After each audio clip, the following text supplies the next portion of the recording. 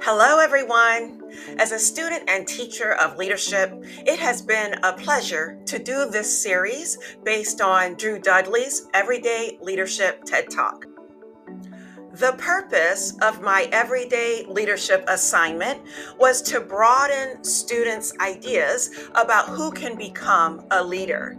It made leadership seem more accessible and more attainable for my global business students.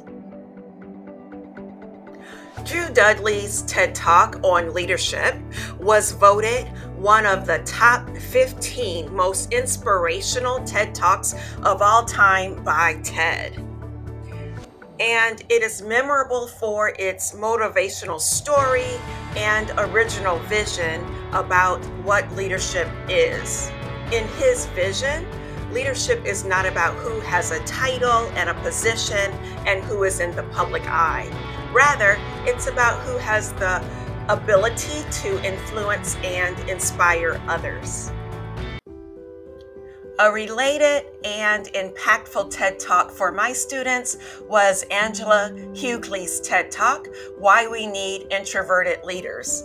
And she talks about how she, as an introvert, was forced to become a leader when the captain of her team, an extrovert, was injured. And then she went on to many leadership positions, including becoming the founder and CEO of the Empowerment Through Sports Leadership series. So we studied the tendencies of extroverts and introverts, and it's a matter of where do you get your energy from? As an introvert, do you get your energy from times of solitude and reflection where you can recharge and be ready for opportunities to lead? Or are you an extrovert where you recharge by socializing? And both are acceptable. And we also studied 6 characteristics of an effective leader from Lauren Landry at Harvard Business School online. And this is some of what you will see in my students' examples of everyday leadership. Please enjoy. She is my sister. Her name is Momoko. Also, we are sisters. Our personalities are completely different. I am one zone person and rude, while my sister is very fun, serious, and developmental. From an early age, she never gave up on her studies and was more dedicated to them than me. I think she has the power of balanced hand-truth with optimism. I was almost quitting my lessons many times because I was bored with them. But seeing her like that made me want to keep trying. And now she is in high school. Even in high school, she is showing leadership. At the school festival, she was the leader of the dance and the leader of the class t-shirts. From this, I can see her ability to lead a group, strong mentality, planning, and action. I respect these abilities very much because I don't have them. She is also the head of the cheerleading club, and when she was a first-year student, she also served as the leader when her seniors were away during the period leading up to the competition. She is able to take in the opinion of those around her and get things done. Therefore, she is skilled at overseeing. Also, cheerleading involves dangerous performances. Therefore, if this is a dangerous part in the performances, she has to lower the difficulty level or stop a member from participating. The skill requires a risk-taking and the ability not to fear mistake, and the ability to make decisions. From these episodes, she has leadership skills such as influencing others, risk-taking and not fear mistake, and the balance hard truth with optimism.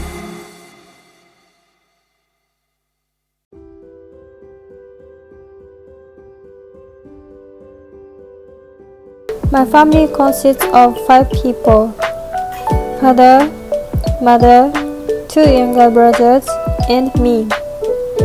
The only women in the family are me and mother. So I often ask my mother for advice, so I think she naturally became the leader in my life. Next, I will talk about my mother. She is from Tokyo. She was a graduate of Horikoshi High School. She always thinks of her family as a big part of her actions. So there is a little bit of autocratic leadership in my family, but usually kind. Her leadership type of her makes all decisions without consulting others. They set clear expectations for group members about what needs to be done, when it should be completed, and how it should be accomplished, and she has a power. But actually, when I was a little younger, my mother taught me. She was more introvert than me when she was a child, so my grandmother enrolled my mother in a theater group, kind of acting.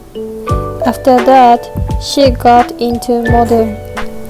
And then she became more confident and worked as a model until she was in her 30s. This experience made her an extrovert. Finally, I will talk about what my mother influenced on me. When I was a little younger, I had a lot of introverted elements in me. For example, I was very shy and cried a lot. So I worked with my mother from kindergarten until 8 years old, and she tried to give me the same experience, which was to give me confidence. It gave me the joy of expressing something on my own and made me more confident in myself. So now I have both extrovert and introvert parts. That's why this story is so important to me. That's all. Thank you for watching. There are 3 elements of a leader in my opinion. First, communication skills. Second, insight.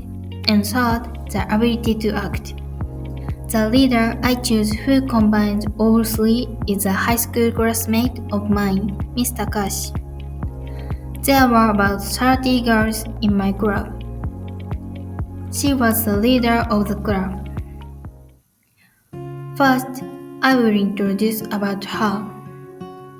She was bright and active.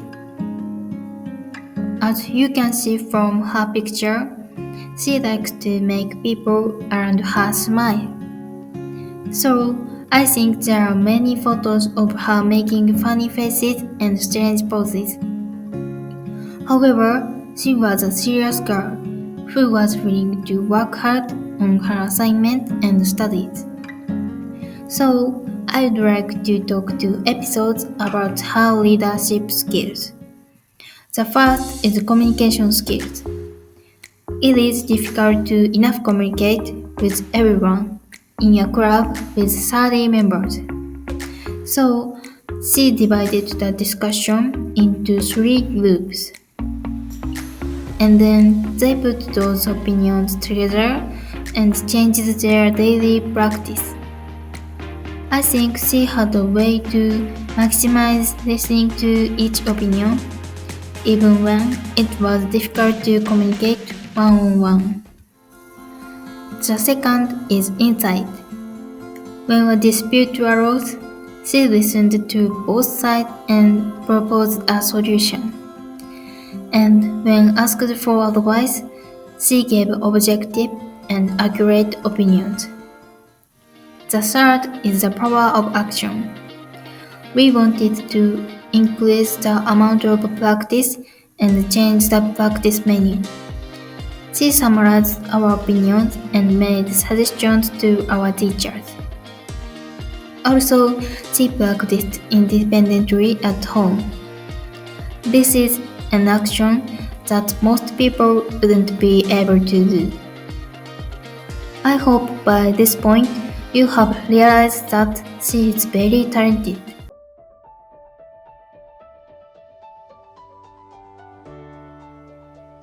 This marks the end of my Everyday Leadership series, and coming full circle, I happened to find my 4th grade class photo.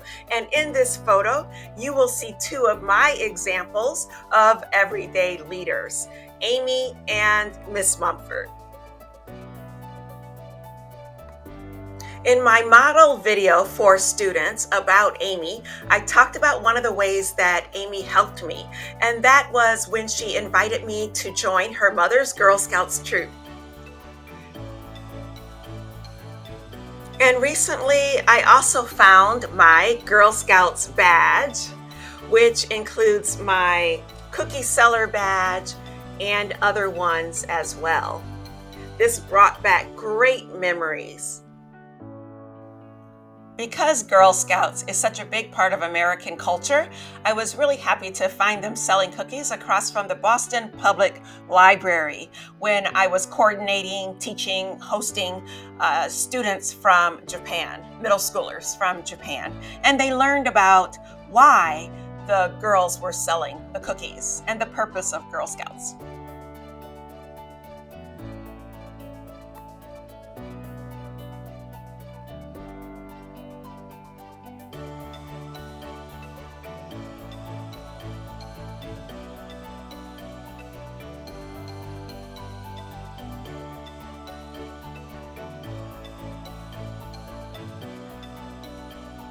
In conclusion, I hope that this video inspires and encourages everyday leaders.